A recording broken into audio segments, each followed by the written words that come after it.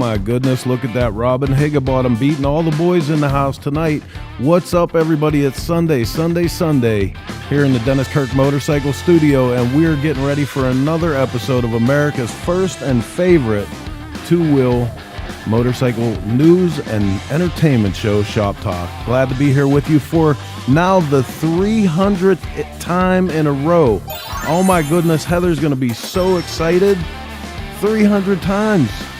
That's more consistent than I've done anything else in my life that didn't get me in jail. Paul Adams here from Ford City. Good to see you. Dennis Stauber, Big D checking in. Annie is here. What's up, Bagger Bader? Behind Rudy's Fairing with us, Nick Hildebrittle. Oh my God, 300 times. I can't even believe it myself. How's the frozen tundra? Listen, that is no bullshit. It was 14 below zero here today. 14. That's ridiculous. And everybody's question is, how about the snow? There is no damn snow. It's too cold to snow. Oh, but we got a great show tonight, man. We're just about 3 minutes away from firing this one up, and we have two outstanding guests. Micah McCloskey, been a hero of mine forever.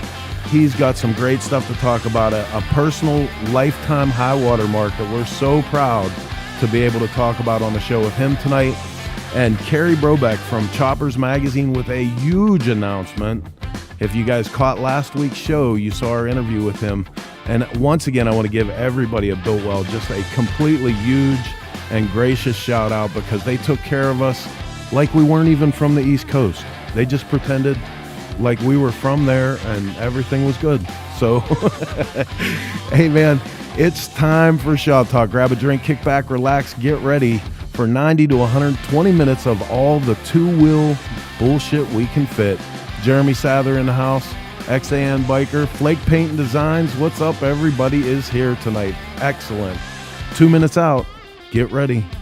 Another episode of Shop Talk coming up. Don't go anywhere.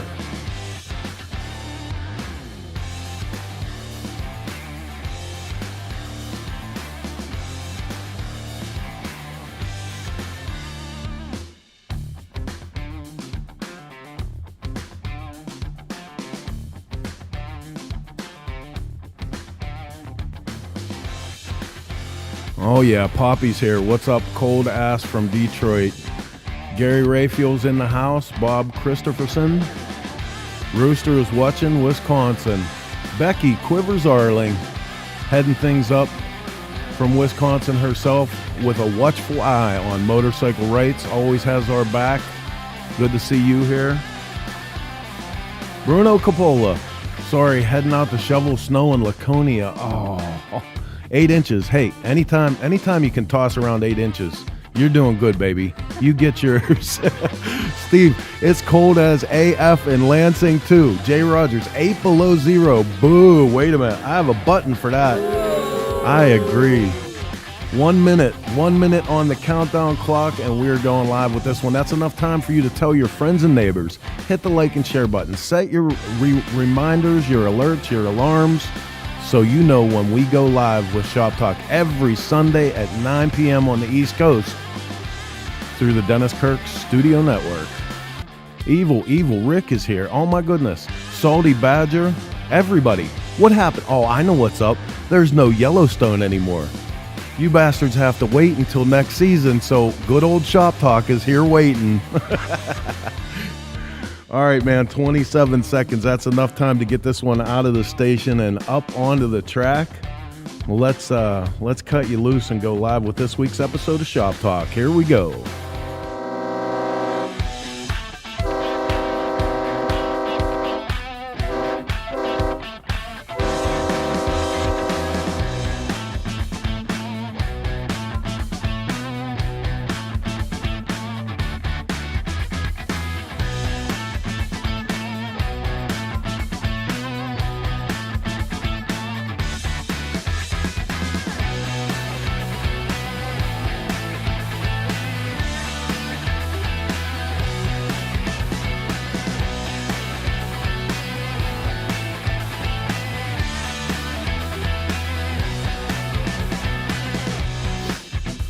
Okay, scooter tramps and chopper jockeys from all across the land. It is just after 9 o'clock on the East Coast, 8 o'clock here in Mitchell, South Dakota, where we sit high atop Television Hill through the courtesy of the Clockworks campus and the good folks at Dennis Kirk who fund this beautiful studio we're in, and we can't thank them enough. Thank you for being here, and also my illustrious crew. Hey. See, tonight I gave you guys the illustrious. That was pretty good. I want to know, like, that's the longest 5 minutes ever, just so you know. Yeah. What, did you have to pee?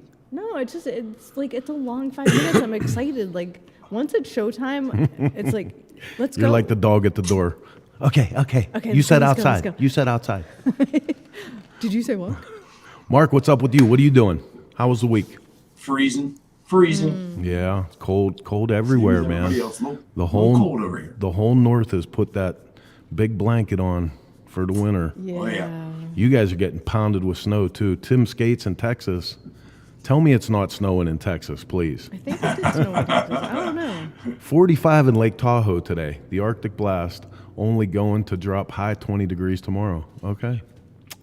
That's not too bad. I think our high tomorrow is like -3 for the high. Oh, check it out. Marcia Fitzpatrick. Hello from Thunder Roads Magazine of Indiana and Illinois. Thank you for being here. Oh, right on. Marsha. Big D's in the house. So when we start this off, we always like to talk about what we're doing. Mm-hmm. I have to say first and foremost, just coming back from Builtwell, and if you guys heard me in the post show, they took care of us like we were rock stars, which I'm sure I owe them money or something because they took care of us too good.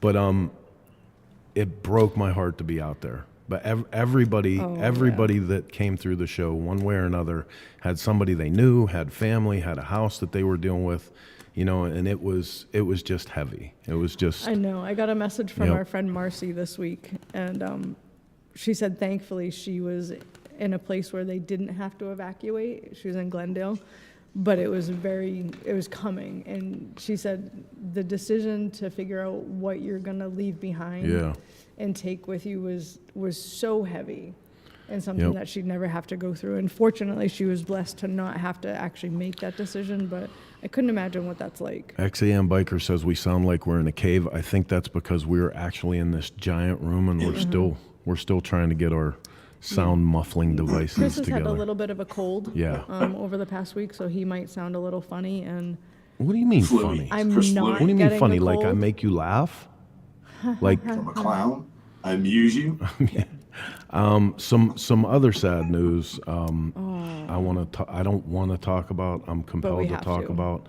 The industry lost a great friend. Mm-hmm. He was the reason why, in a lot of ways, CycleSource ever did anything. Bruce Tessmer from SNS passed away, just last week? Yeah, yep. And, had retired from SNS and, was living out his dreams of a blues guitar. And, he was 3 decades involved with SNS and the motorcycle industry. And, he did so much for so many of us. I just wanted to take a minute. Yeah, he was a good man. I love Bruce. Yep. Take a minute and talk about him. So Godspeed, Bruce. Kurt Peterson in the house. Good to see you, buddy. Hello, Kurt. Hey, you're watching ShopTalk here on the Dennis Kirk Did you forget we Motorcycle Studio Network. And we have a killer show for you tonight. If you're wondering what ShopTalk is, what the hell? What the hell? What the hell? Stop saying that. What the hell? We do this every Sunday, 300 times, nearly in a row. now. I keep waiting for them to take the keys away from us. Every Sunday, it's 90 to 120 minutes, all the two-wheel bullshit we can fit. We do some entertainment. We have some guests on. We look at some cool bikes. We start the whole thing off with a program we call... The news. Thank you. Sorry. Jesus. You even got the cue, Heather. What the hell? I was reading comments. Okay, first up in the news tonight, 2025 Harley-Davidson Homecoming Festival to feature headlining acts Chris Stapleton and Hank Williams Jr. Oh. Hey, Gearheads. Did that say Gearhead? I thought it was going to say Graybeards. Yeah.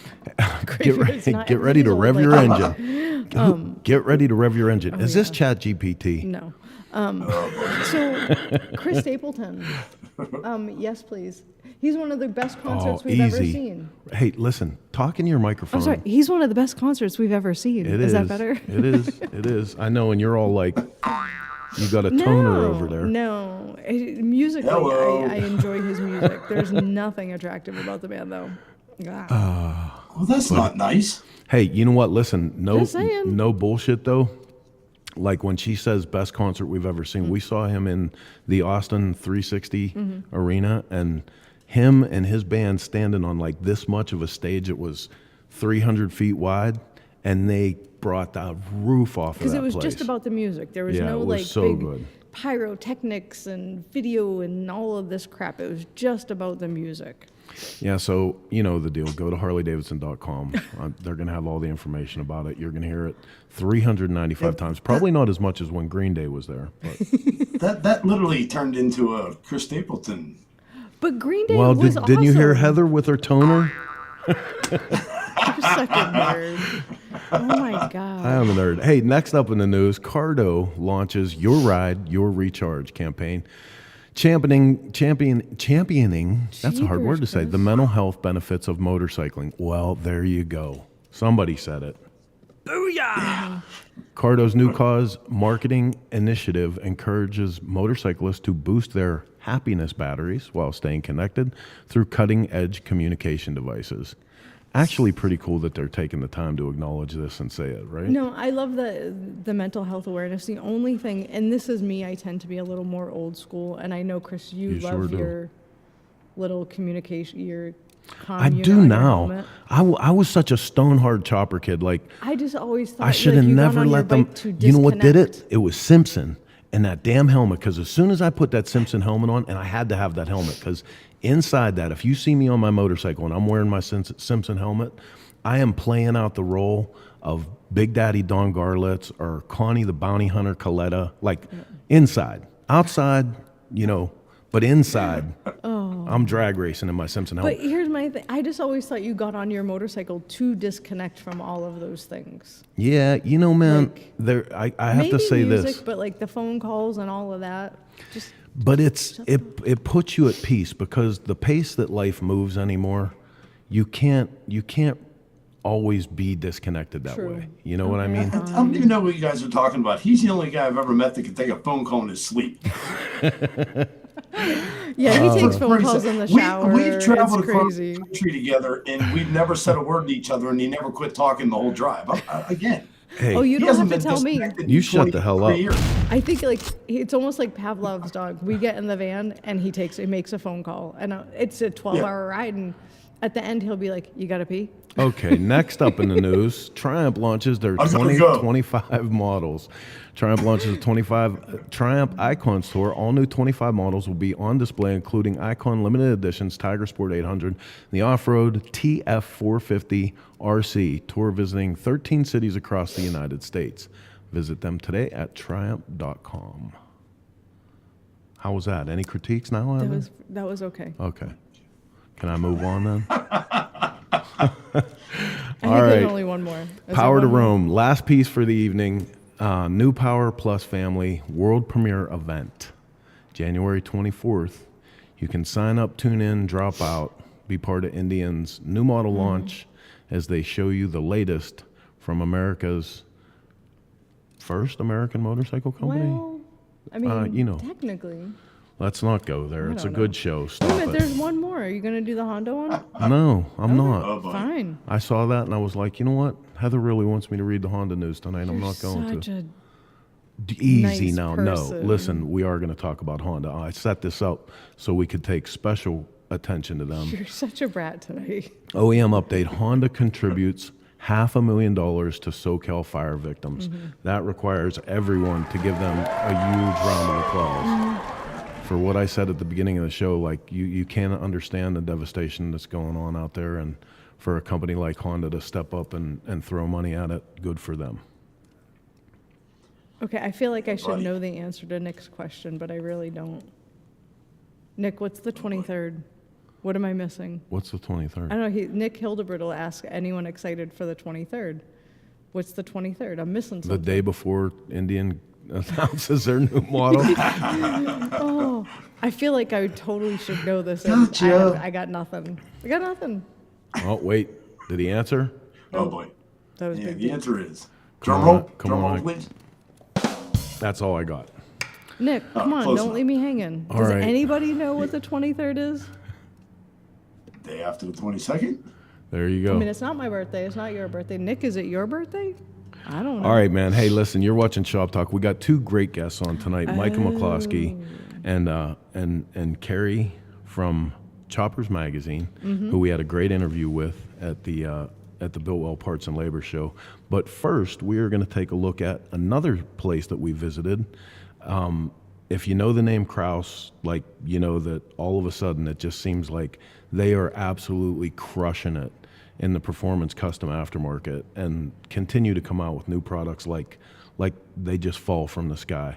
We had the opportunity to see behind the curtain of what their growth is all about and what's responsible for it, and we're happy to bring you a real quick walkthrough of Sasha Kraus's operation, but this is a very brief couple-minute video of a piece that we're dropping on social and on Grease and Gears TV. So let's go check that out. On the other side, we're going to come back and talk to Carrie Brobeck.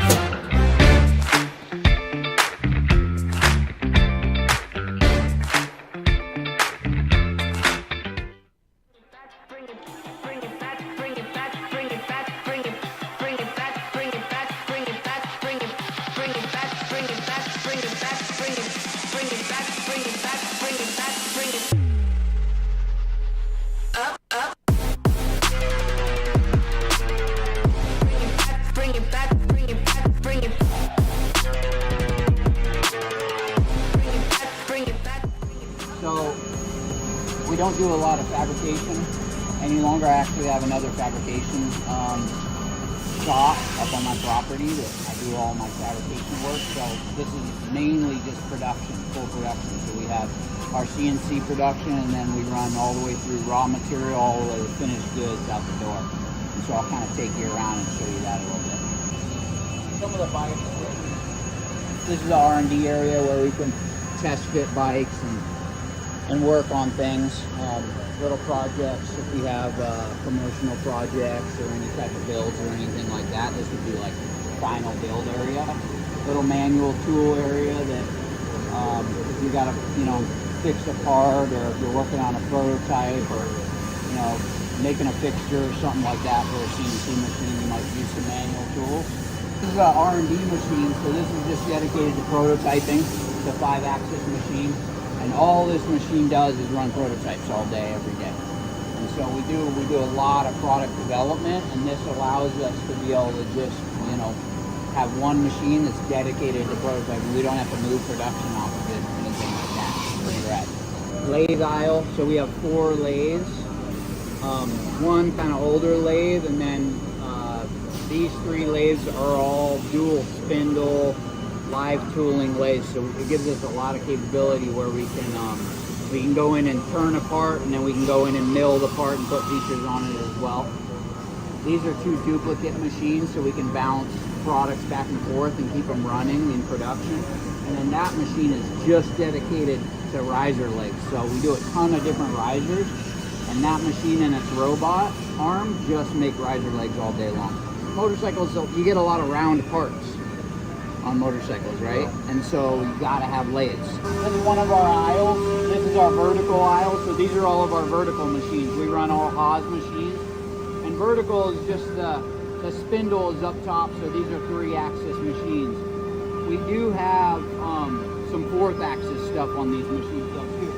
Like this one, you can see it's got this 4th-axis unit in here, which gives us the ability to spin a part differently and do different things with it. This one also has a 4th-axis unit. A lot of these smaller machines are our second-op machines.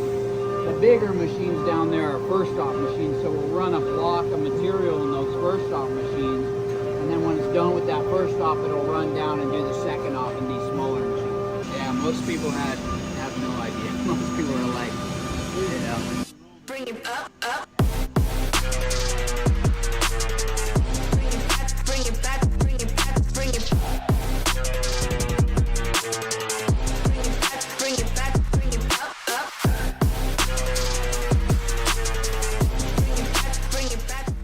Been a 20-year career journey, I mean, this particular, manufacturing in-house, we started manufacturing in-house not really that long ago. It was 2014, really, we bought our first machine. You can do it. You got to be smart, you know. You got to be patient, thoughtful, and you really, what I'd say is you believe in the people around you. You give the people around you you empower the people around you to go, you know, to go do what they are able to do, and that's the key. It's like a great team.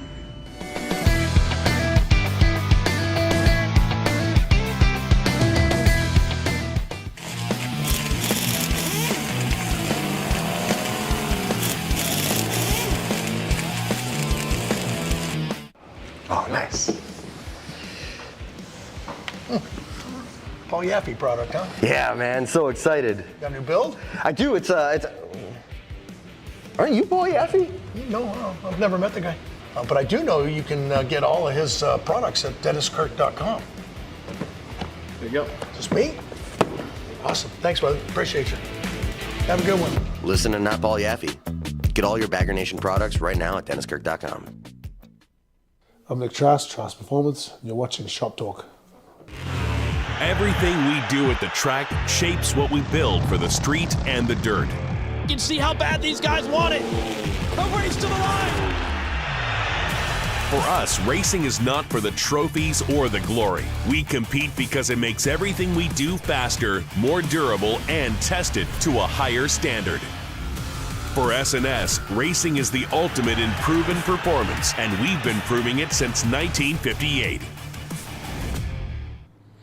Okay, welcome back to the Dennis Kirk Motorcycle Studio. You are watching Shop Talk. Heather, do you have a more in-depth answer for... Not really in-depth, but it does say that the Honda 500K is going to the American Red Cross, which will then distribute it Right on. as they see fit. I do have one more piece of news that's not on there. Okay. Because I didn't tell you about it. Boy. Oh, God. I love when she does this. We filled all the tank full spots for 2025 in under 24 hours. No kidding. Yep. So if you guys are not aware, that's huge. Congratulations. Under 24 hours. If you guys are not aware what Tankful is, so we took over the now 25-year smokeout history. 3 years ago was our first event. This will be our fourth one. And we started a campaign during smokeout called Tankful, where 20-some artists from all around the country, all around the world, come together with custom painted tanks. There's an auction, and all of that auction money goes to benefit Meals on Wheels through our friend Ed Kerr. Yep. So it's really sad, though. I wish I had unlimited tanks, because every year I have to turn people away because I don't have enough tanks to go around. But I have a waiting list for 2026. Don't tell me, don't sit beside me and tell me that you turn Flea away. Oh, hell no. There you go. No, I will never turn Flea away. I might have to give you a little... No, I will never turn Flea away. Right on. You know. Hey, so we got to get to our guests, because Okay, both of them have been waiting. I appreciate all you guys being here, and thank you so much for tuning in. Our first guest tonight is Carrie Brobeck, and I'm embarrassed to say that for the amount of time that we've both been bouncing around this industry and doing this stuff, this past weekend was the first time that I ever actually got to sit with him and talk and learn his story. And once I did, I was like, man, we got to bring you on the show and talk about it, especially because he has some really big news. So we're going to go straight to it and get Carrie on the line and talk about what's going on with Choppers Magazine and some other big events.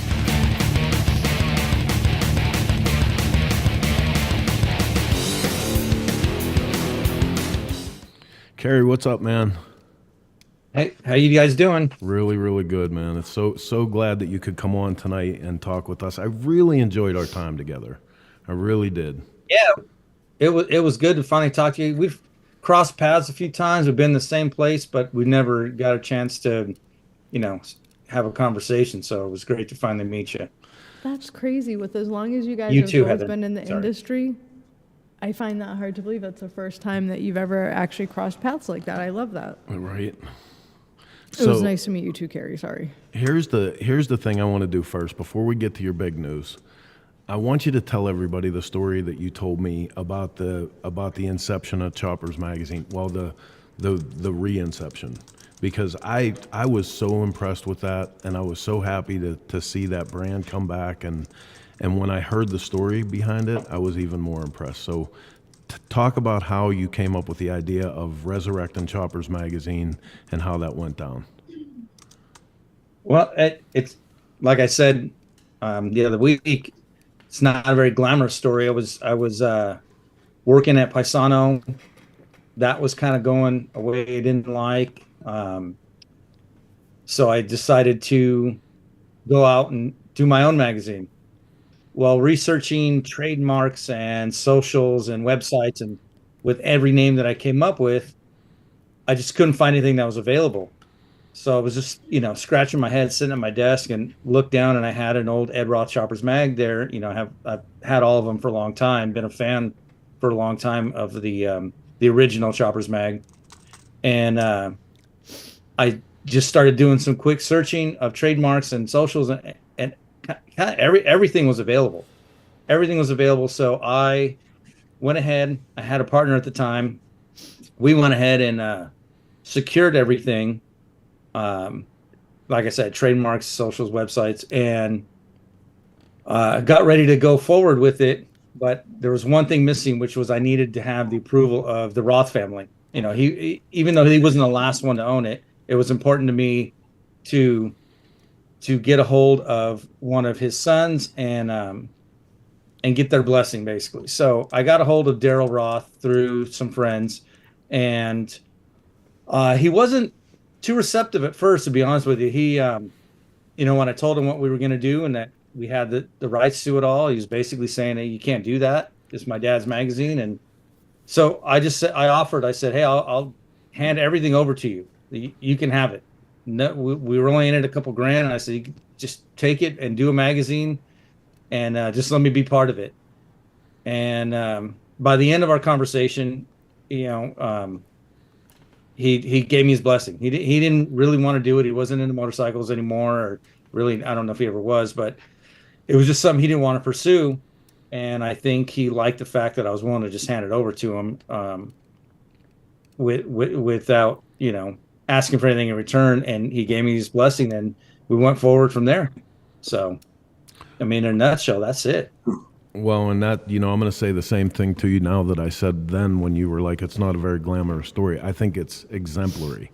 You know what I mean? Like the world that we live in today, people don't do that. When they have the legal right to something, the shitty things that go on, like those are the stories. That's the motorcycle culture and community that I wanted to be a part of as a young kid. You know what I mean? So I think it's very important that we tell those stories. Well, I think we come from kind of the same era where, respect and doing the right thing comes first. So. Absolutely.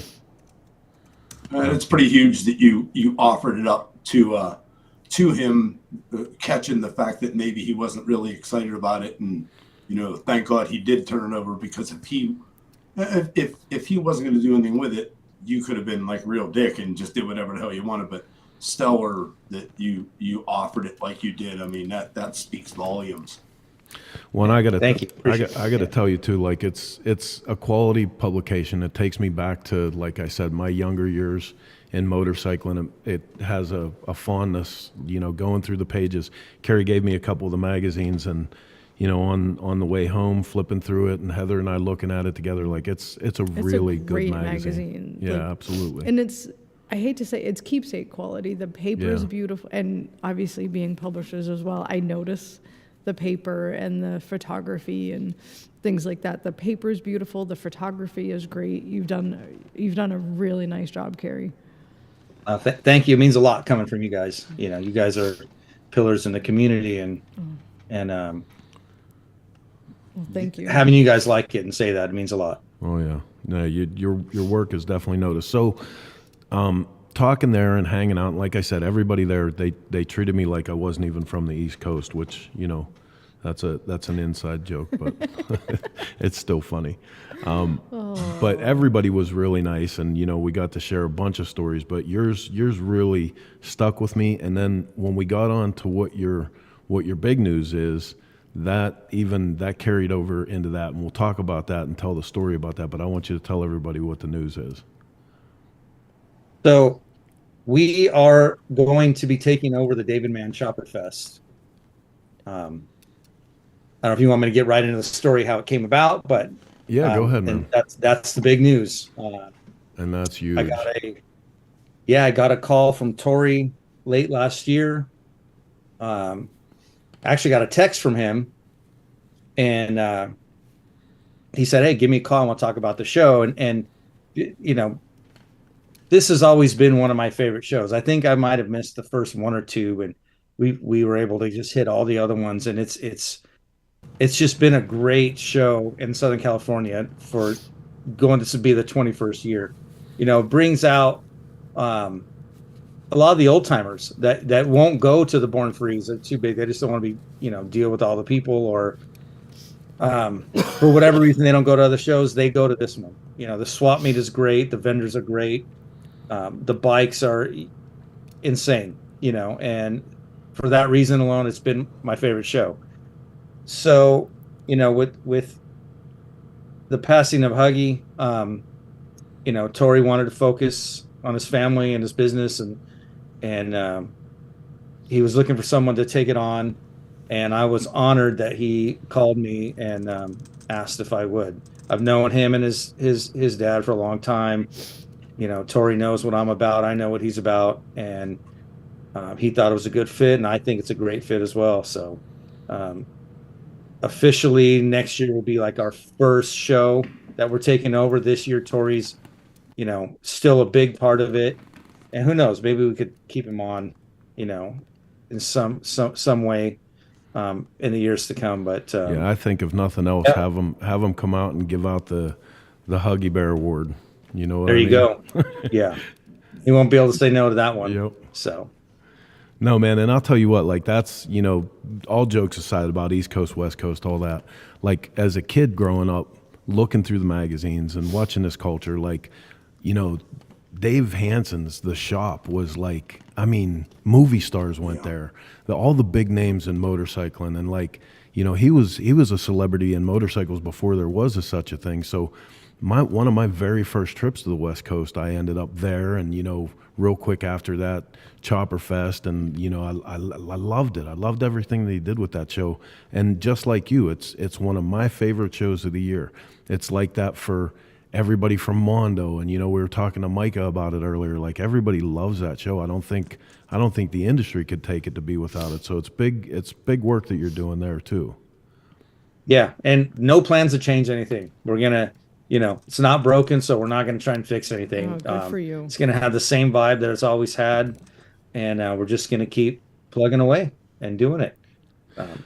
Now, I know a lot of people over the years have made the acquaintance of Jackie Mann, and a lot of people that have had the pleasure of knowing her personally. Like, one of the first questions is probably going to be, "What about Jackie?" Well, I talked to her, I want to say last week. She's still very much, a big inspiration to this show, and gets taken care of on the show. And I, this is a little early because things are still just kind of in talks right now. We're trying to figure things out. When I was talking to Jackie last, she's not really kind of willing to travel out here anymore. So what I offered was to bring the show to her. So we're looking into doing a second show in Kansas City. Right on. Where else besides Ventura is a better place to do a show than where David Mann was from? That's and Jackie's so close. She's 30 miles out of Kansas City, and she thought it was a great idea. So, working with some guys out in the area, Davey Gant, tattoo artist, and he's been doing some groundwork for us. So we'll see if we can make that happen. So that's exciting. That's super exciting. Yes, it is. I'm sure that'll. I think keeping that old school feeling is part of what Chopper Fest is. So strong in, and why people are drawn to it so much. You can go to all these new shows, and not saying that they're not cool or great shows, and there's just a feeling you get when you walk into that history, I guess, that's it. That's it right there, Mark. Like, when you get to Chopper Fest, it was like how we used to be about Love Ride back in the day. You know what I mean? Like, being from the East Coast of the United States and finally getting to Love Ride, like, you were like, I am at Love Ride, dude. Like, and this is where everybody in the magazines was at Love Ride. That, all the people it was so good, you know. And I think Chopper Fest has that in a deeper way for the chopper and custom culture, and it's bitching. And I think for you personally, Chris, as an artist as well as a motorcycle person, one of the highlights for you was being able to paint live at David Mann Chopper Fest. And you know, and listen, I could make that about me because I got to do that. It was a huge honor. But think about who I got to be there with. Mm-hmm. I painted with George the Painter, Richie Pan, and I think it was the last time that Richie and I ever got to paint together. Oh, wow. And at one point, me, Darren McKeag, George the Painter, Kayla Coney, all were painting on a canvas that Richie was working on. We were every one of the artists had a brush going, and we were all just trashing Richie's artwork. So good. But that's the kind of stuff that you see there, man, you know? I mean, like that's why this is an important show. Yeah, most definitely the artwork is a big part of the show. And you know, Chris, and Tori wanted me to tell you guys hi, and that I didn't know you were such a talented artist. Tori he filled me in. So hey, maybe Kansas City, we could bring a canvas back and get some of you guys painting again. I would love to. I'd love to do it. You let me know, because like I told you, you know, Jackie gave me personally such a big honor one time at Chopper Fest, and just a simple note, I'd do anything for that woman that was within my power. So yes, sir. Big stuff, man. So what's next for Choppers Magazine? You're on the roam, you getting ready to go to Italy. Yes, sir. We're getting to Wednesday. We take off and we head to Motorbike Expo, which is it very well could be the biggest show in the world. I haven't been to a bigger one. It's everything two wheels in 8 or 10 giant hangars, and we get invited by the event to come and we do a little chopper show within their show. Couple guys out there. They curate it for us. They get all the mostly Italian bikes and from neighboring countries, and we just put on a little chopper show. You know, we have a good time. We kind of bring a little bit of SoCal to Italy, and this year it's going to be a little bit more fun. I'm bringing a little bit of Texas with me because Danger Dan. Yeah, I saw it. Coming.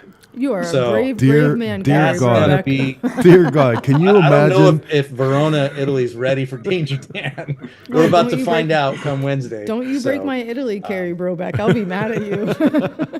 Can you imagine? Can you imagine him loose in the Italian scene, man? But you're right. Nobody does it like the Italians. Like I have for to say, the events. we were hoping to go to Motorbike Expo this year. Instead, we're going to Qatar. Which is another huge honor. So hopefully 2026 will find us at Motorbike Expo. Yep. I hope. But we're going to live vicariously through you. Get over there together and have a good time. So that would be awesome. Italy's one of my favorite places in the world to go. So yeah, we I'm went. excited to be back. What was the one that we went to, Heather? EICMA. It was EICMA, yeah. But just like when you see the pageantry that they put into their shows and everything, man, the food and the displays and the way they do everything is off the hook. It's so much. It's a whole other level from anything that we've ever done here. Yeah, they're very, very passionate people in Italy, and everything they do from cooking to drinking to eating to motorcycles, you know, from choppers, FXRs. Even the Vikla lowrider scene, I don't think I've seen any bikes in SoCal like I've seen there. And we're actually going to run one in Choppers Mag. Oh, it's nice. Going to be a first for us to have, you know, a kind of a Vikla lowrider bike in the magazine. But this thing is amazing, and can't wait for everyone to see it. Very cool, man. Well, like I said, I really appreciate, because I know it was super last minute, and you know, we were asking you to squeeze in and share this news with all of our viewers and stuff. I really appreciate you being here tonight. Well, thanks for having me. I'm going to stick around and watch Micah. Right on. Excellent. Thank you so much, Carrie. It was a pleasure meeting you. Yeah, great to meet you guys, and we'll see, I don't know, Sturgis, I don't think we're doing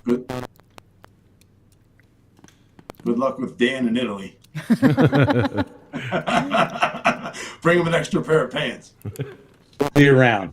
We got to get you guys out to Virginia City Roundup too. Yep. That's Yeah, how I really want to make that That's one. not till August, but I really want to make that one. It's on our radar for sure. It's something we've wanted to do. So and come we're out and ride a closer to- a bull, Chris. Yeah, I'm down. I'm down. I like No, crazy you are shit. not. My Yes, life insurance policy on you hey is not man. big enough. Hey, listen, It doesn't cover stupid shit. but you get all the motorcycles. Oh yay! You'll be fine. You'll get a little banged up, but you're fine. All right, man. Listen, thanks again for coming out. Listen, you guys get over to Choppers Magazine, get over to Chopper Festival, sign up, support this your man tickets, and the get your work that he's doing. Yeah, subscription, do all the hook him things. up. As for us, you're watching Shop Talk in the Dennis Kirk Motorcycle Studio. We're going to take a quick break, look at a new product that we also saw at the Biltwell Parts and Labor from Jim's USA. When we come back on the other side, hang on to your hats because we have Micah McCloskey coming right on this show to talk about his brand new Bonneville Salt Flats speed racing record. Shop Talk.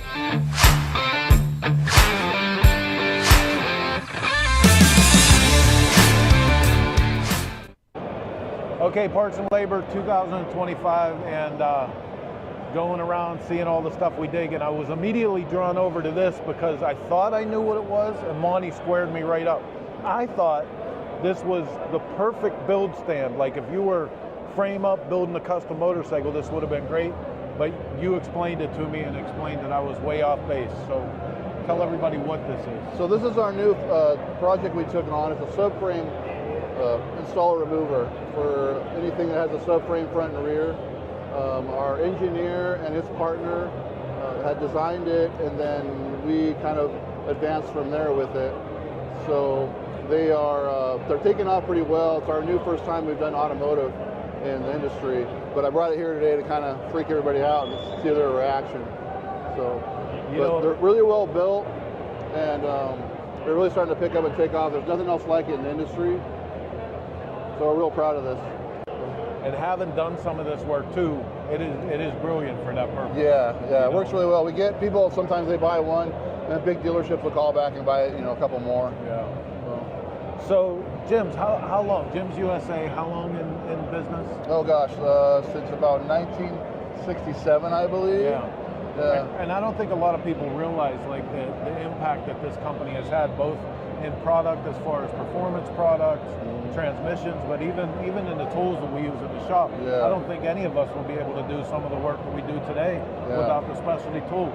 I agree. Me being a mechanic from the start for 25 years, I would buy these for my personal project. Harley would give us our own essential tools, but I use them just because I wanted access, and a lot of them were really, really well built for us. So did the job in time and money, as you know. So what is the latest and greatest? What do we got coming up? We have our new locking bar for our M8 Softail. So that's kind of a new thing. All the primary locks, we have them dynatoring. This is the newest one for the newer models. Another thing is, these are pretty popular, our push rod tubes and our low profile covers. They're somewhat new. It allows you to, when you're doing adjustable push rods, it allows you to get in there and access the nut. This other one's really tall and kind of not the greatest of looking, but a lot more appealing. Believe it or not, this is neat as hell to me. Yeah, the force flow. Yeah, it really is. We saw quite a lot of those. We'll have to come in and get some close up about that. But talk about where does the idea of that even come from? Just cooling down for temperature. A lot of it was for parade idea type of thing for when you're up Sturgis or motoring through. It cools at about 50 degrees. They're thermostat related, and they're really tough, heavy duty. They work really well. You'll notice a difference. Especially in a hot weather. It's funny because coming from the old shovelhead days, I can remember us putting those big metal scoops on the side. And trying everything for them. Yeah, everything to try to get it cooled down. That's brilliant. Yeah. Right on. Well, listen, Monty, thank you so much. Yeah, appreciate it. Of course. We're hanging out here at Biltwell Parts and Labor 2025. So much to see. Let's go.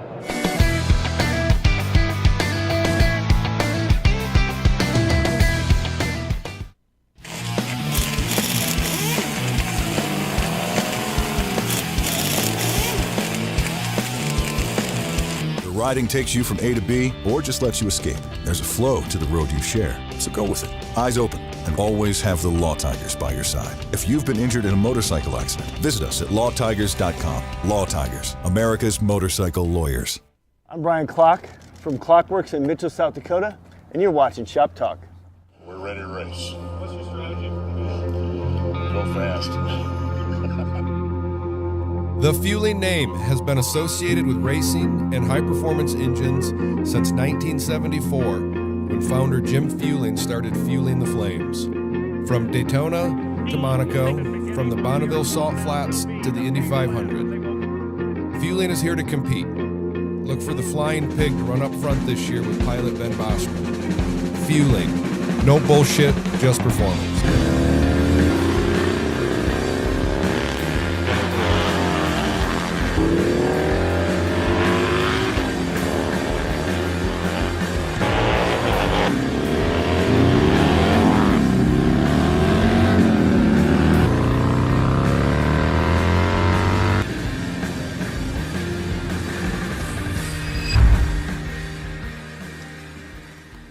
Okay, welcome back to the Dennis Kirk Motorcycle Studio, where we currently have no video. There we go. Chris, you have one job. Actually, I had two jobs tonight because we took most of the studio with us on the road, and I got all of this crap set up. Me and Heather scrambled, and we put the backdrop up and the lights back up and got everything in place. Except forgot one damn camera. It's laying in the corner of the room. Just like so nobody cares, Mark. Nobody cares. This is why we can't have nice things. It is. You pay all the money for a good camera. Somebody throws it on the floor. So nice job, Chris. Nice job, Micah. I remember the first time I met Micah. Let's get to the legend here. Right. I met Micah McCloskey. We've been talking this guy's name our whole lives. Right. I got to meet Micah for the first time when we went to Bonneville in 2017, I think that was. And he's just always so nice. Yeah, well, for he's us, your hero. For us, I mean, Micah was the guy in the magazine that I was talking about earlier. Yeah. You know, trendsetter is what he was. Building bikes, building crazy motors, like always doing something. And then he keeps adding stuff to his list, right? I mean, if you saw the news lately, him and Keith Ball with that belly racer trike deal. Made a record pass at Bonneville, got a record. He's in the record books for Salt Flat Racing now. Tonight, he became a member of the IT community right here with us as he completely mastered his own computer. He did. He didn't even need to call in backup. It was great. All right, man, let's get Mike on the line and check him out.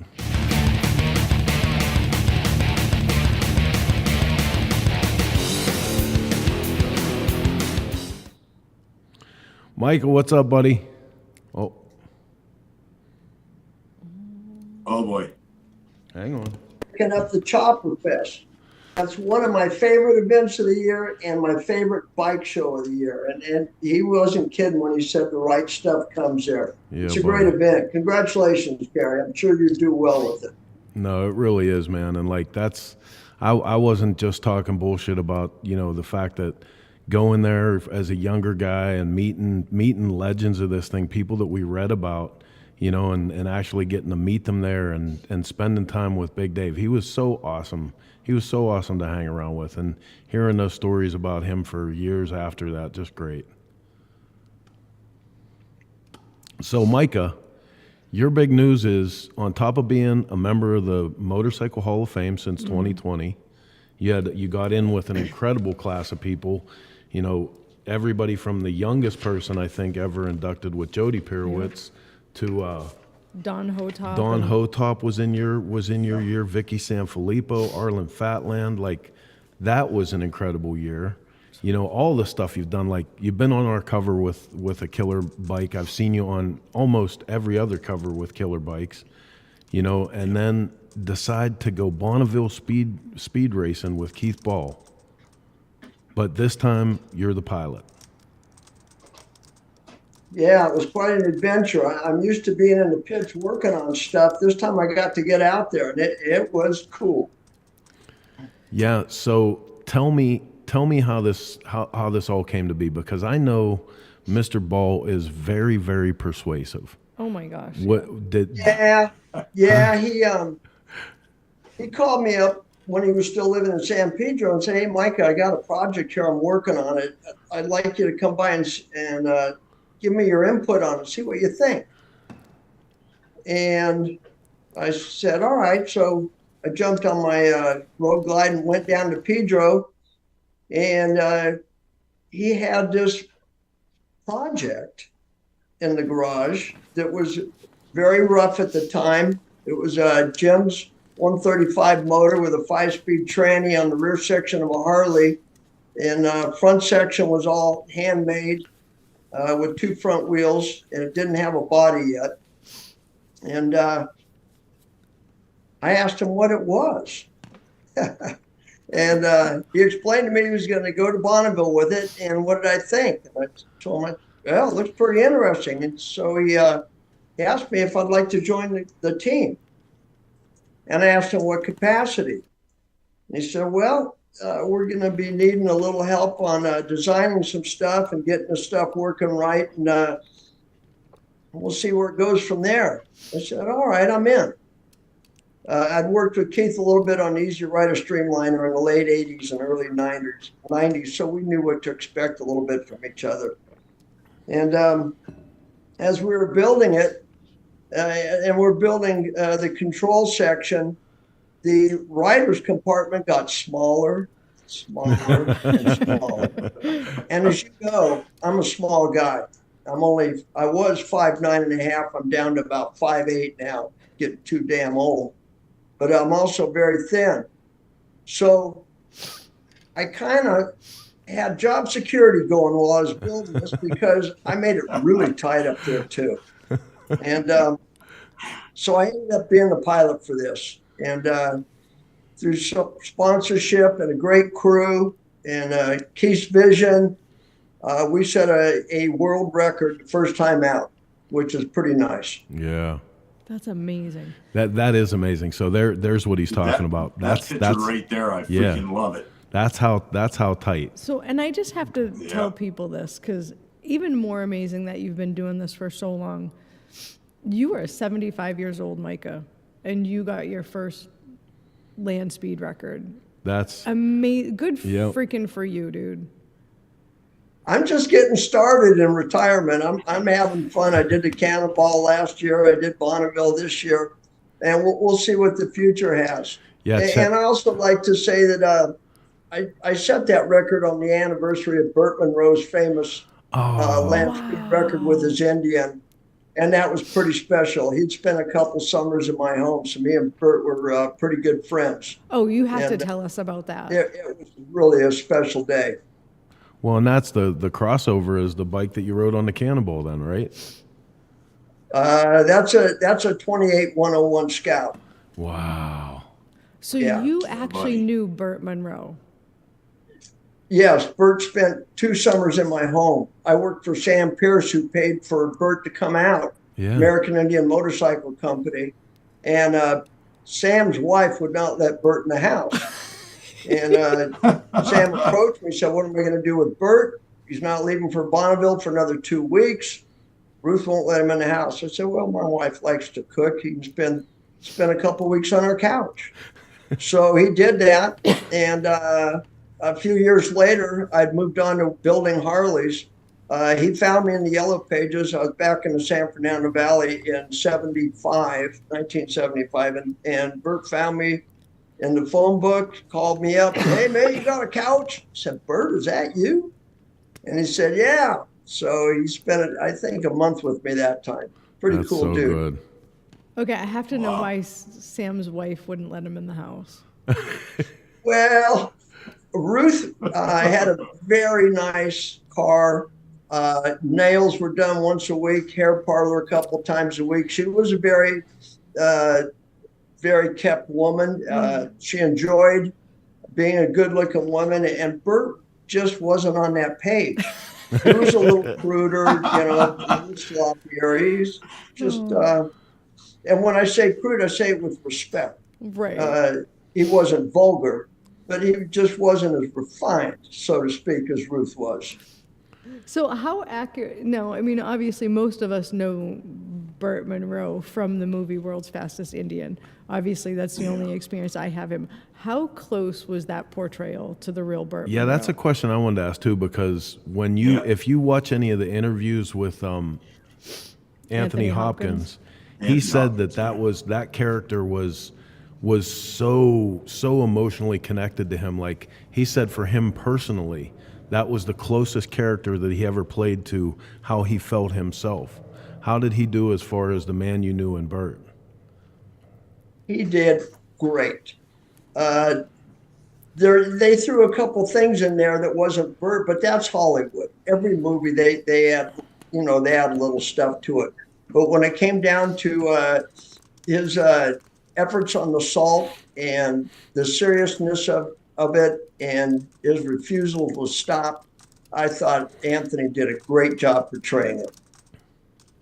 So I want to talk about this picture right here. So tell me what's going on right there, because this was another thing as a kid growing up, seeing articles about you guys doing shit like this, and it ruined my life basically. Yeah, what a way to get ruined. Yeah. That's the Easy Rider Streamliner. That's in 1990. That's our second year. That's me and Roger Ramjet, who was a very good friend of mine, the Ramjet retainers and Ramjet manifolds for the Evos and all that. He was my guest on the Salt. And that was the year that we set the world record for all size motorcycles at 322.150 miles per hour. Oh, wow. Holy Those moly. are two 88-inch shovel heads. We had a 3,000 cc limitation, and we were right around 2,900 cc's. Otherwise, FIM would not have recognized it. Who was the pilot for Keith that? Ruxton put two motors together, and I put two motors together. And we were still mixing fuel and timing and doing a lot of things. And we melted Keith's motors down.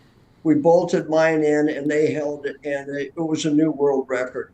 And that record stood until, I believe, about 2006, 2004, somewhere in there. We set it in 1990.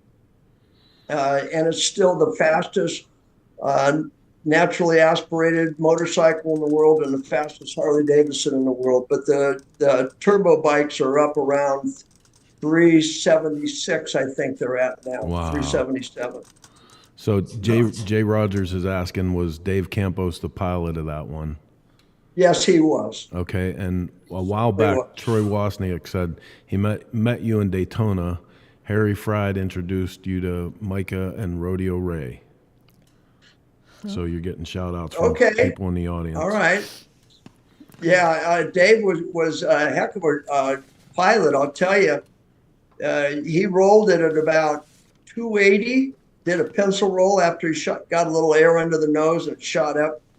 And I was at the far end of the course, closer to him. Keith was launching and I was catching with 15 miles of salt in between the two of us. My job was to get the panels off and look for any type of trouble or hot spots anywhere. Yeah.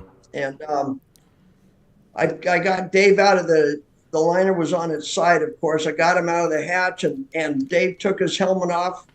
And the first thing out of his mouth was, "Did they get that on the camera?" Oh, that's great. This guy just rolled for a half to 3/4 of a mile in this thing. And all he wanted to know is if he could see it. The guy's a man of steel, I'll tell you. Didn't get rattled at all. Yeah, buddy. Mark's got affinity for go fast motorcycles. Yeah.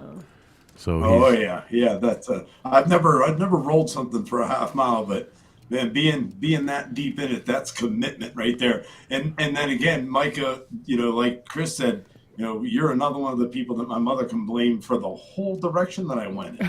And seeing that stuff growing up, dude, we tried everything we could to be as much like you as we could. Well, I'm good. I'm glad I'm a good influence on some people. It's a wonderful life, isn't it? Well, man, like, yes, it is. It's even more amazing sitting here with you tonight, like going through the pictures. racing in the hooligan class, and back here a couple I saw you on the cover of Outlaw Biker magazine, and yeah, right. I remember that. Oh yeah, dude. Outlaw Biker was my jam as a kid. It was. Oh yeah. But wasn't he on the cover of Choppers magazine? Well, thank you for calling me out, Heather. Let me see if I can find that real quick. I thought for sure I had it in there. Yeah, there it is. Look at that. And so tell us about this, because obviously Carrie's still on with us actually watching. But what year was this? That was my first cover shot. That was 1976. And Choppers Magazine had been doing a technical article on building motors, and I was building motors for them, and they were taking pictures. And one of the guys came in and goes, "Hey, Michael, when's the Cinco de Mayo ride?" And I said, "It's the first weekend in May. See you there." And the guy that was working for Choppers Magazine goes, "Cinco de Mayo ride?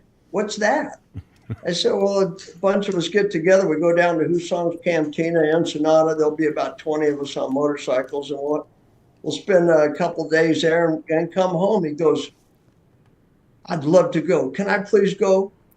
So he said he was going to buy us all some drinks at Husong's if he could go and cover the event. And so I said, "Yeah, no problem. The more the merrier, especially if you're buying." So they did an article on us, and did an article on my bike, and he put me on the cover. That was pretty nice. So we had a great time. Yeah, so cover after cover. Here's Hardcore Choppers. Yeah, that's from Japan. Yeah. Japanese one. Yeah, that's crazy. Boy, you sure? How many times to Bonneville? Like in all twice capacities? with Easy Riders, and I've been to Bonneville working the pits about the last, and except for when it was rained out, of course, 7 or 8 events. I only go to the motorcycle meet, which is the old Bub meet. That's what we do too. Yeah. So this is the actual vehicle for anybody that's not been following along on this story, and this started honestly as an old belly tank, right? So if you guys remember the old the belly tanks that were made out of the fighter planes, they would take the tank and they would actually make them into salt flat racer cars, but somebody got the idea that they were going to make this into a trike to race and set a motorcycle record for trikes. Keith Ball, 5-ball racing. That was Keith's baby. Yes, sir. I'm sorry. Go ahead. I had the pleasure to be with Keith when him and Barry Wardlaw and Duffy from Idaho. I'm trying to think who all was there that year, working on that crew when they had the world's fastest panhead. Pandemonium. Yeah, and I was in Bonneville with them that year and got to see that. That was one of the greatest things in the world. Cool. Yes, sir. That's so cool. Now, did you really take your test passes in Sturgis? Did I really what? Did you take test passes on the road in Sturgis? Did I take what on the road? Test passes. Did you test drive the Salt Torpedo? Yes, I made some test runs with the trike up there by the airport, above the Buffalo Chip. Yeah, that would be super. It was all cool we to had, watch. and it was very windy. I couldn't really go as fast as I wanted to go, but it told me that the handling problem had been corrected that we had. Now here's the funny thing for everybody that's listening, and this is why I like to sit into as many of these stories as I can, because I was hanging out with Keith Ball in his garage, and he was telling me this story, and he said, so we got to test the bike, we're getting ready to go, and I'm trying to figure out where we can go and test it. And he was talking to Woody from the Buffalo Chip, and Woody was like, I'll get a hold of the mayor and the city officials, and one of these old roads out here, we'll get it set up so we can test on that road. And if I'm right about saying this, you guys didn't actually know that Woody hadn't talked to anybody by the time you showed up there. You was racing that bike on those roads. That's why I'm laughing. It was outlaw all the way. Oh my gosh.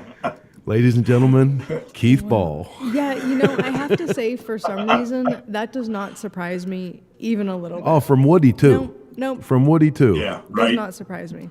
Yeah, get in trouble Well, first, I talk your way told out Keith, second. I said, there's not going to be a problem with me. If there's any sirens behind me, I won't be able to see the red lights. I'll meet you back at your house, and I'll beat the cops there by 20 minutes. I knew I had more power than they did. They weren't going to take me. That's awesome. How do I not doubt any of this? Dude, and I'm just thinking about the poor cop that would pull up on this trio. Yeah, and what do this, you even say? And this 200+ mph motorcycle. I mean, Keith would have it handled all day long. I can hear him. Oh, in yeah, my head ever the already. politician, right? Yep, absolutely.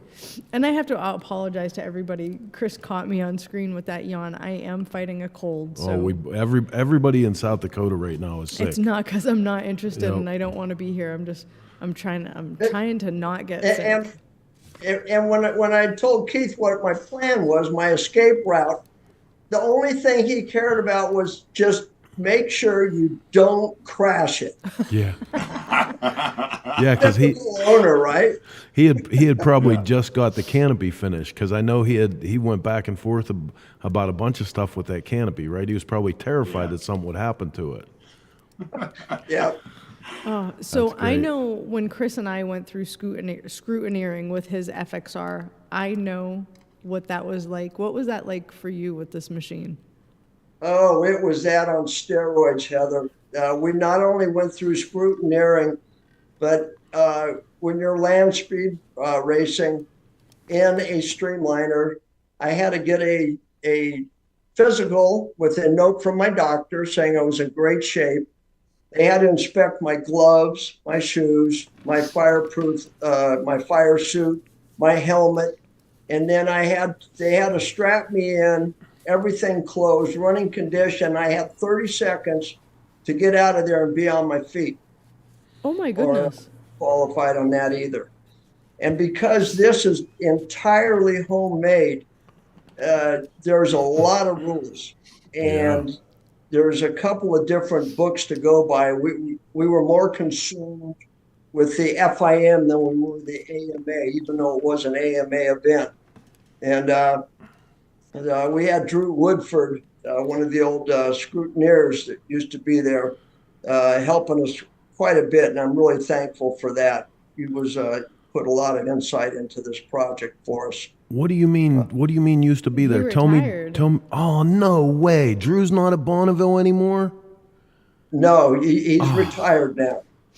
Mm-hmm. That was one of my favorite parts, dude. Like sitting at the end of the night and listening to him play his guitar and shit. That was the greatest. Yeah. No, why did you need a note from your doctor? Just a required deal. Required by FIM, Federation of by International FIM, Motorcycles. Okay. Gotcha. Okay, FIM.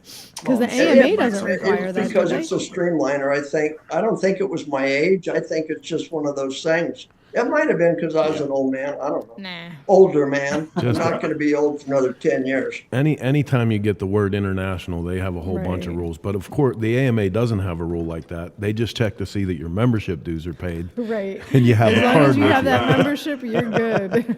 As long as the check is clear. Yep. Oh, I remember that. I remember driving to Bonneville with you, trying to make sure your AMA card was all up to date, and God. I'm like, there was a problem. Yep. They were great, but they were not letting me process that registration until you got that membership. Yeah, buddy. That's funny. It sure does seem like you've had more than your fair share of adventures, buddy. Oh, jeepers.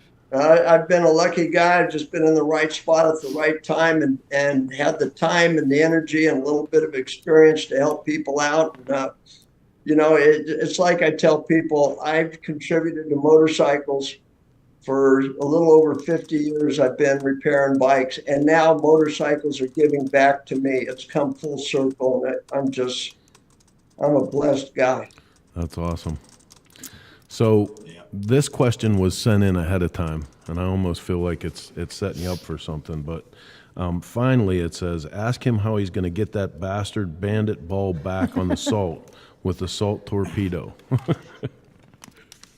Well, I'm going to be seeing him in Sturgis at his place in Deadwood, and I have a plan.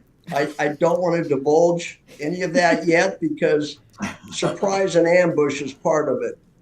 So I'll just let you know how it goes.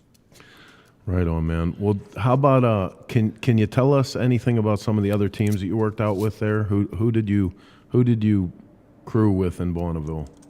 A Winkeller one year, and Buell Brothers Racing, and I helped the S&S crew when they set a record, pulling a top end and putting that back together in the allotted amount of time.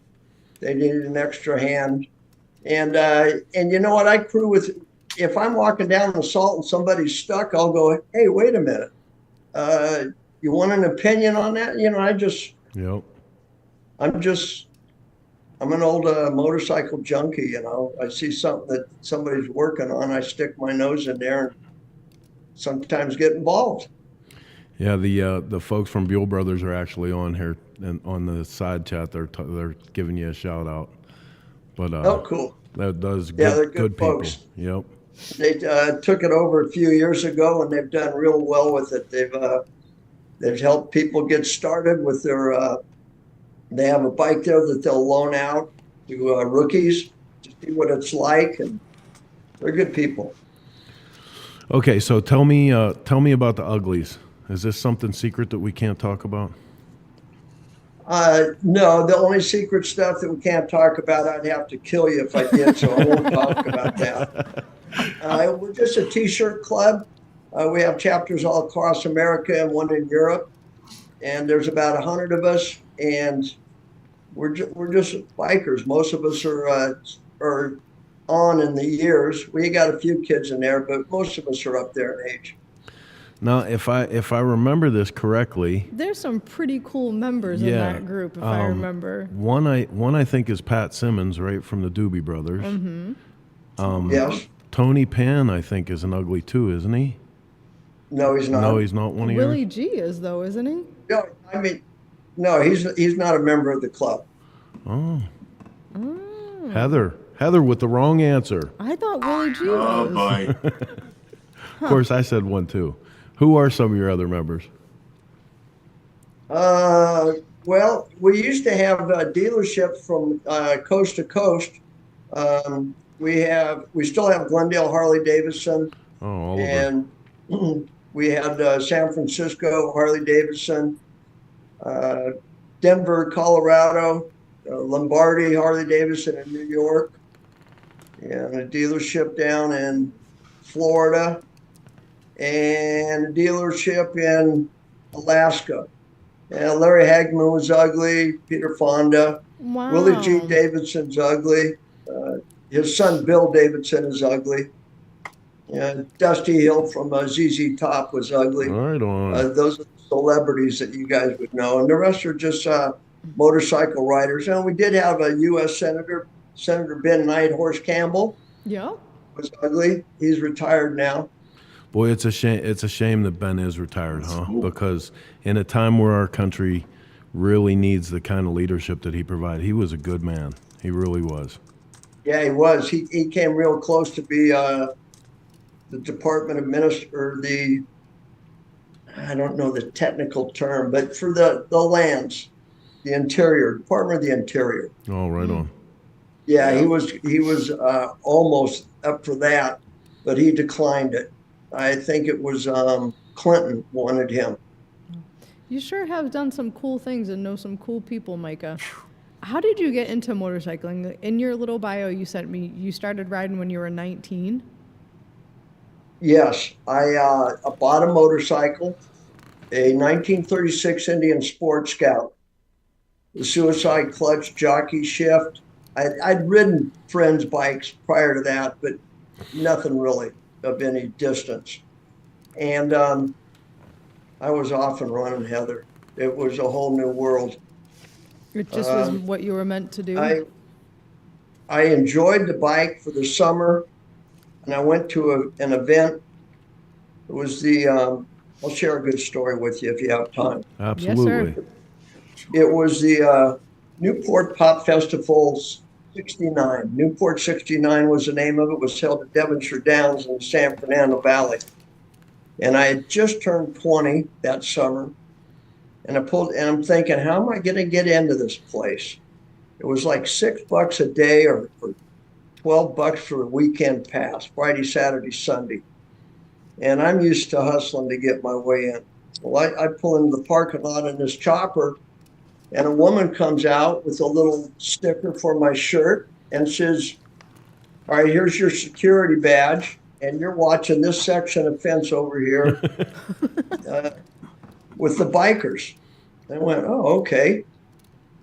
And I walked over to this section on the other side of the fence, and there was a member of the Hells Angels sitting by himself, 30 feet in.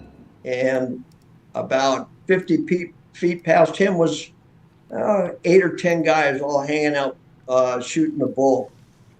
Well, I'm pretty green at this stuff, so I figure I'm going to take this guy's lead to just sit down and being alone. So I sat down about 30 feet away from him, and we were into the event for maybe half a day. And in that half a day, the section that the police were watching, a fence, was every half an hour, the hippies were giving it the old bums rush, knocking the fence down, and the cops were billy clubbing them back, and 20 guys would get in and 80 would get beat back. And on the other side was the jocks and a couple of my pals that are good-sized guys. And my guy, one of my pals came home with a black eye and a fat lip, got a couple stitches from the hippies. This is back in 1969, you got to remember. The hippies were just knocking this fence down. And then, of course, we had our section, nothing. Nobody came near our section of fence. Those angels goes, hey, kid, what's your name? I told him. He goes, well, I'll tell you what, I'm Hambones. I'm from Oakland. Things are a little slow. Why don't you take off for about an hour? When you come back, I'll take off. And I walked away from there, and I thought, you know what? I'm home. I didn't have to sneak in. I got a Hells Angel treat me like a man instead of a kid. I wasn't even old enough to drink. I just pulling up on that bike, and I immediately started looking for employment in a motorcycle shop. And here I am. Yes, sir. It was meant to be. Yeah. It was fantastic. That's a cool story. I knew it. Sorry, excuse me. Yeah, who starts with a 1936 jockey shift Right? Indian, though? I do. Okay, if you can ride that, you can pretty much ride anything. So listen, I got to ask, I'm going to put Micah back up on the screen because I want to ask you and Mark both. How much does, I didn't realize until right now, how much does he remind you of Tattooed Duke Miller? A lot. Right? Dude, I've been thinking about that since this initially started. We got a a brother back here, dude, a lifetime brother. And actually, there would be no Cycle Source magazine if it wasn't for Duke traveling all over the country with me and teaching me shit. But you could literally be his brother. You could absolutely be in the same family as this cat. Even the way they talk. Right. He's a good-looking guy, huh? Yeah. Yes, sir. Yes, he is. Yeah, and he's what's his name? Good guy. Tattooed Duke Miller. Duke Miller. Okay, I have to remember that. So he celebrated his 40th year of tattooing, gosh, in 2017. Yeah. Yeah. So he's been tattooing for. And he's still working. He's still does it. Yep. Yeah, I threw his article up in the. Oh. Going down. Do we have to do Yeah, that? Are you gonna die? Sorry, I was for a minute. Don't die. Oh. Although I have to say, Mark, historically he had man flu last week, and he literally sent me a picture of him, and it says TOD. He says, "I'm dying." No, you're not. Hey, man. No, I died. It had his time of death. Yeah, you know. Take sympathy when you can get it. She's pretty rough. For you to have mentioned that he reminds me of Duke, it's funny because I was thinking that earlier in this, and like the stories and the history and all those little things. And to hear him just talk about this first trip he went on reminds me of stories Duke used to tell us, from starting to tattoo, hiring bands to stand in front of the bus, or play in front of the bus so they couldn't hear the tattoo needles, and the hippies and the Micah, Duke was one of stories. Don Palmer, Old School Tattoos, Greensburg, PA. Duke was the kind of guy. I sat down with him and Dave Pirwitz, one of the first times I got to go to Pirwitz's shop. You can't tell that story. I'm not going to tell all of it. Okay. Obviously, I don't need a phone call from. You can't tell half of Duke's stories for sure. But I sat down with the two of them, and Duke started telling Dave about, he started tattooing when it was still illegal throughout a lot of the country, and what he would do is he'd take his school bus and he'd put his whole family on a school bus, and he'd travel a whole northern route through the summertime, and then through the winter he'd go down south and he'd make his way back, and there's the rest of the story about everything else that went on with that bus. But they had crossed paths. Yeah, it turned out Dave and Duke knew each other. Yeah. Well, shocking. Oh, goodness gracious. Right on. Well, listen, man, thank you so much for being on with us and sharing this stuff. Like I said in the beginning of the show and throughout, I've always been a fan of the bikes and your spirit for adventure and the stuff that you do. So it's been a real honor getting to know you over the years and finally having you here with us. Well, thanks for having me. Anytime I can share some stories with motorcycle enthusiasts, I'm in. It's all good. Thank you very much. Yes, thank sir. you, Micah. So Heather is going to put the link up for you guys. Micah, thanks for being on. You're watching Shop Talk here on the Dennis Kirk Motorcycle Studio Network, and we have some really, really cool stuff going on Grease and Gears TV this week. And if you don't know what Grease and Gears TV is yet, oh my goodness, what's wrong with I know, but it's like, check it out. It's Netflix for motorcycle people. So if you're digging everything that we're doing here, telling the old stories and everything else, I actually am going to die tonight in this chair. I don't think so, honey. We just got a new series called Downshift from the people over at Z1R. Yeah. Really cool episodic thing that they're doing. We welcome them into the channel. We have something from the Harley Davidson Homecoming from this past year. Yep, that's going to be coming out soon. New episodes of our FXRT build. Yep, every Sunday at 9 a.m. one will drop for the next 6 weeks, I think. So lots of stuff going on over at Grease and Gears TV. And to answer your question, why is it any different than YouTube? There's no commercials. None. No commercials. So there's that. Awesome. Oh. Again. Oh my goodness. Jeez. He's out. You're supposed to listen. Whenever whenever I turn my camera off and go to cough my brains out, that's your cue to rescue my ass, Heather.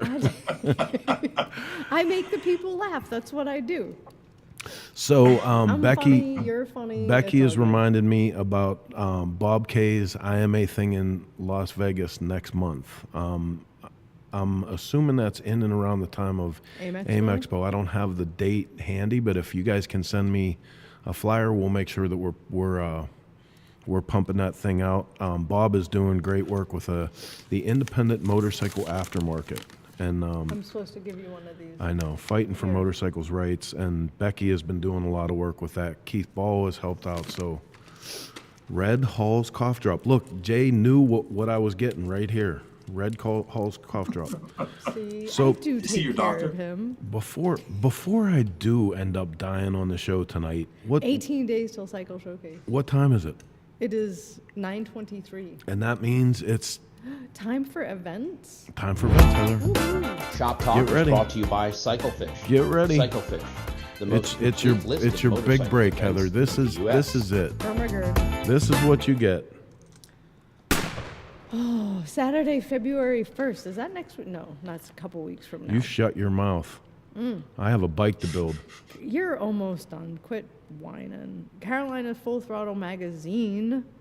February 1st at the Greensboro Coliseum Complex in Greensboro, North Carolina. 25 bike show classes, $12,000 in cash prizes, and a Pirwitz paint show. Oh, yeah. Be there or be square. Oh, yeah.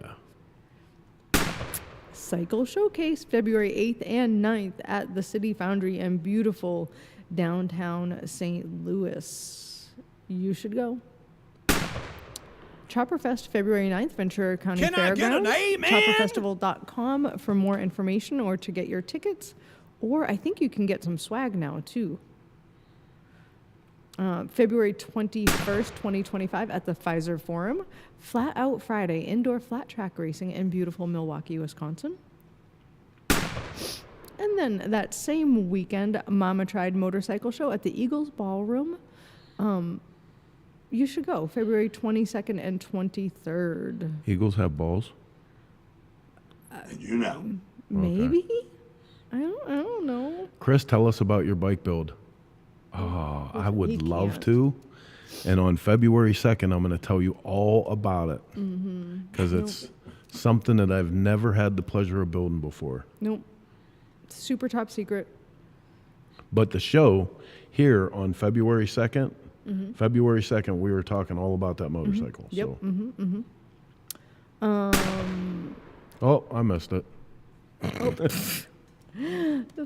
Oh, what the hell? What the hell? I hit the Chopper wrong time. button. Chopper What the time. hell? Stop saying that. What the hell?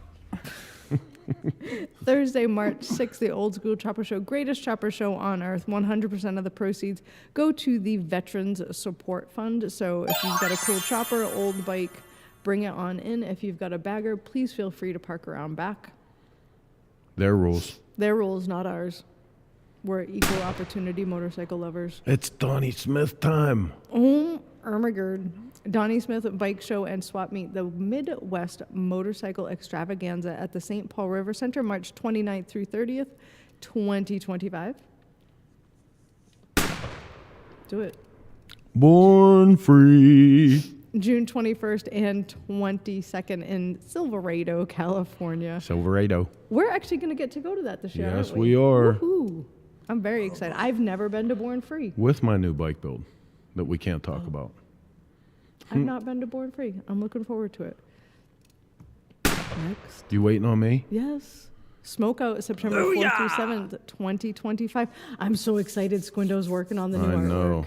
So we're going to have a big announcement coming up here within the next week, I bet, about who the character is. Every year we pick an annual character that gets to be on the T-shirts and the posters and all that shit. And There's Squindo's. one more. It was out of order. Okay, go ahead. Sorry. It's our bike show I in know. Daytona. How about that? Look at that. Our annual. That makes me happy. How many years have we been doing Daytona bike shows? 4,000. God, it is like a lot. 18 or 19 years It's or gotta something. be a long time. So I wanna answer Flake Paint and Design for a second. So I can tell you this about my bike build.